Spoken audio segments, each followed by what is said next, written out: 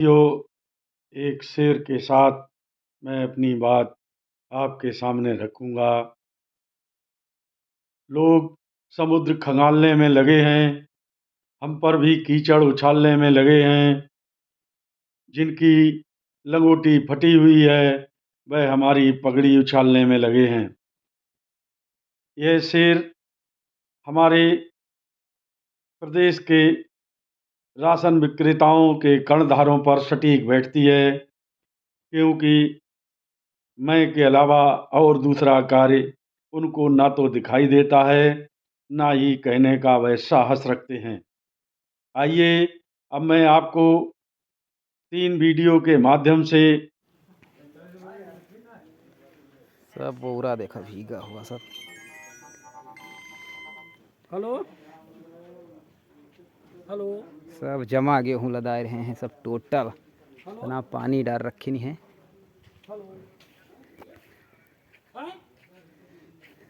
इधर देखा हुआ है, ये सब गेहूँ जमी गवा है। यो देखो सब गेहूँ में नोचे इतना है। यही दे बोरियन में देखो सब, ये देखो का नहीं करे हैं। ये बोरियन के हालात हैं, सब जमी तका हुआ है। इतना भयंकर पानी चला हुआ है चट्टन पे हियाँ।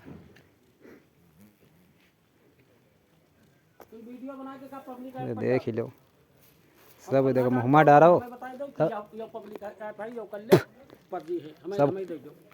सब देखो फुस कर रहा है साला, बिल्कुल सब टूट रहा है।